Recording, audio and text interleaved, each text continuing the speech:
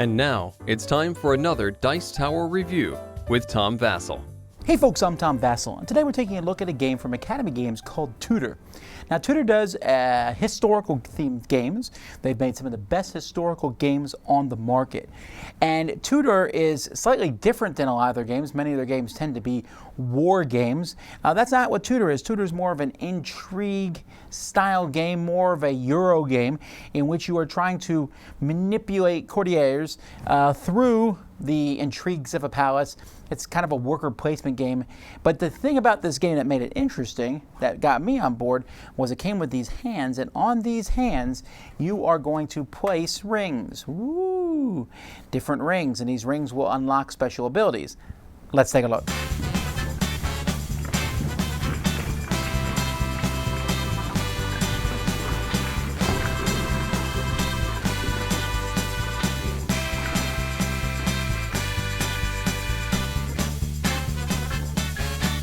The game revolves around 3 cards that you're going to pick or randomly choose. It's up to you. One of these cards is a scenario card. This gives some special actions that players can use throughout the game based on which scenario card is being used. It also tells you how long the game is going to be based on the number of players. And so that's going to be placed here. The other 2 cards are just scoring cards. So for example, this one is mid-game scoring. Whenever you get one of your courtiers to the very top here and you take a title, you're going to get that many points. So if you go up the farthest track, you'll get 28. These are worth 8. And this one here, the red one, for example, says when you have these tokens at the end of the game, they're worth points. Some are worth negative points. These are going to be completely different. You know, they're going to change how the game works based on which ones you use. For example, this one here, the number of different tokens you have at the end of the game will give you points. And so then this one is a different green scoring. So every game is going to be different depending on which of these cards you're going to use. Each player is going to have a color, and they're going to have some courtiers of their color. They're also going to have one of their lords here of the color, and they're going to have a hand, and they're going to pick 2 rings to start with on their hand. You'll also get a matching card for each of these rings. Now, the rings in your hand are going to do a few things. First of all, many of the actions you'll do in this game, you are going to be able to do various things based on what color rings you have. But depending on the positioning of rings in your hand, if you have certain combos, for example, 5 rings in all 3 of these fingers, then whenever I take action A, I can move an extra space. If I have rings on these 2 fingers, I guess, over here, sorry, these 2, then I get something else when I do action B, and so forth. So depending on the combos that you have, you will be able to activate them, and if you have rings in all the hands, then all these combos are going to activate. Each round of the game, players are going to take turns, again based on the scenario card, placing courtiers in these little waiting benches out here. You're going to pick which ones you're going to be placing these in.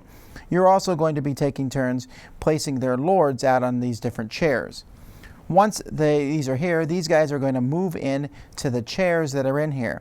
Now, if all the chairs are filled up and someone else moves in, then the top one is knocked out and everyone else slides over. So as time goes by, more and more people are going to be knocked out as the game progresses. Now, if no one puts a lord in the chair, and let's say there's no lord here, then everyone is knocked out and no one takes any actions. There must be someone in one of these chairs for that action to go off. If there is a lord in the chair, though, then everyone's fine. They'll stay here.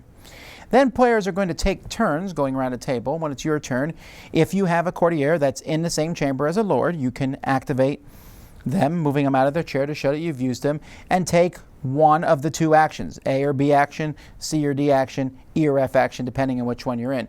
If you don't like any of the actions, you can always take G or H, or you can take one of the actions of the scenario instead of the action that you're in.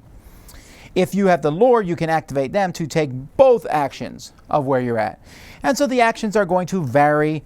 You might be able to switch a ring. You might get the cards for 2 different rings that you have in your hands. You'll get cards. A lot of the actions are going to resolve in you putting a new courtier on the board and moving them up. Sometimes you can move them up based on cards that you'll discard to move them up, sometimes based on rings. Whenever you move courtiers on the board, you'll take each token that you'll move on, and then the round token that's underneath, and all this is randomly put out at the beginning of the game, the round token you get on the last spot that you stop at. And usually you'll start in one column and work your way up, but there are some actions like Action A which will let you even move sideways from column to column. This one, for example, lets you move as far as you want up in one column, up to 7 spaces, but you discard a card each.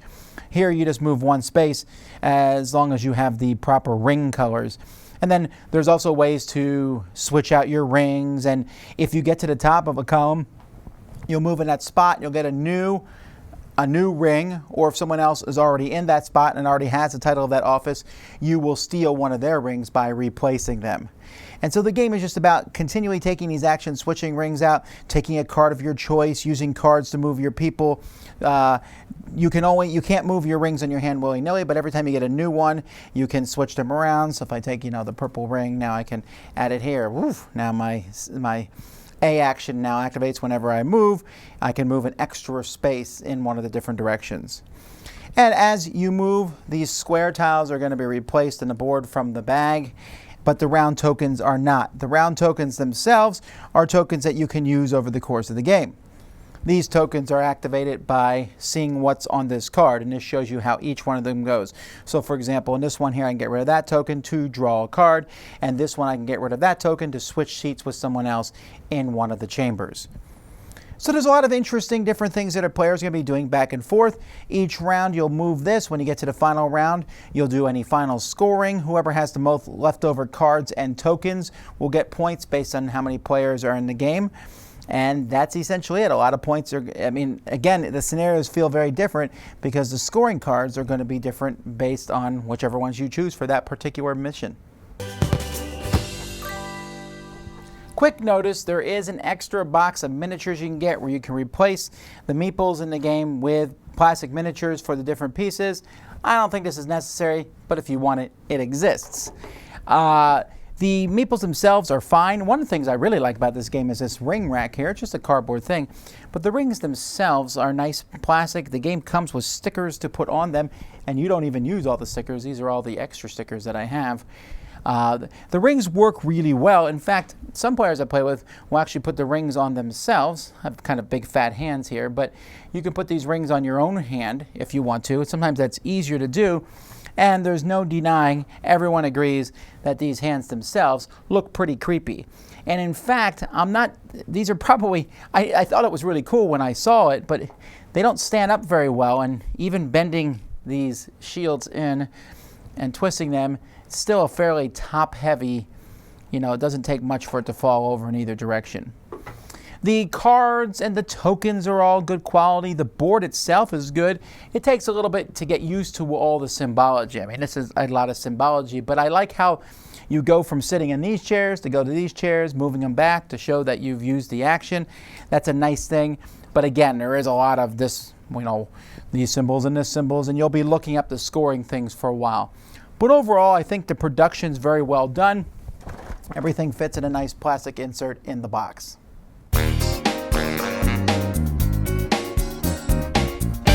Okay, so Tudor, the ring part, which was the thing that attracted me to the game the most, isn't as interesting as I thought. It's okay, but you're constantly looking at this board and saying, okay, if I have this ring and here, I get this bonus.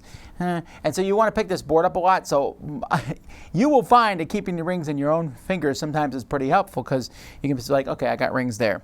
I don't know. I just found that more people did this than not. Interestingly enough, the game gives you a scenario card it tells you to start with and some scoring cards, but I'd recommend maybe even skipping by that. Maybe it's a way to learn the game, but some of the mix-ups are more interesting and the game feels a little bit more involved. I think the base scoring and scenario card was a little boring. It's just essentially about putting things down and maneuvering and trying to get tiles. It's a good game. I enjoyed this game. I don't think it's extremely innovative. I don't think this is a game possibly that we'll be talking about in a couple years, but I did find a lot of interesting things that I did like about it. I liked placing at the courtiers, and you put out the Lord, or nothing in that room works, which really, usually all the rooms go off because usually everybody has somebody in each room. And so for example, let's say I put 2 courtiers in a room and you put 2 courtiers in a room. One of us is going to put our Lord in there. Now, we could play chicken, like I'm not putting mine in there. You waste yours on that one. But then even if I do put my Lord in there, now all my actions are confined to that one room. So it's a really intriguing back and forth decision on how you put the courtiers in the rooms. And I like how it works out that way. I think it's neat how they slide into the chairs. And if no one pushes you out, then you get to use that action again next turn. And maybe no one will push you out again. And in fact, it's best sometimes not to be the first one in the room, because you're the first one to be pushed out. So that aspect I liked. Moving them up and down by depending on what cards, the color of the rings that you have on your hand, or colors of the cards, and turning them in.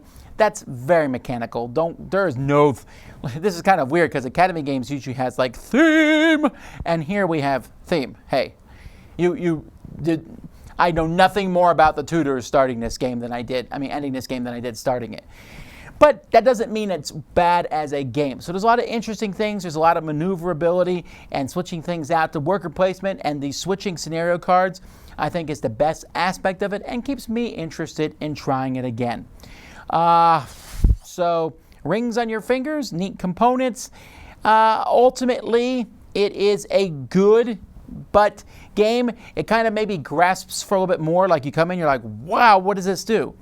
Well, same as the last in a sense. There's a lot of worker placement games like this. And I think this one kind of falls in the middle of the pack in that regard. But hey, I got to wear a ring. That's Tudor. I'm Tom Vasel. We'll see you all next time. Dice Tower Judgment approved.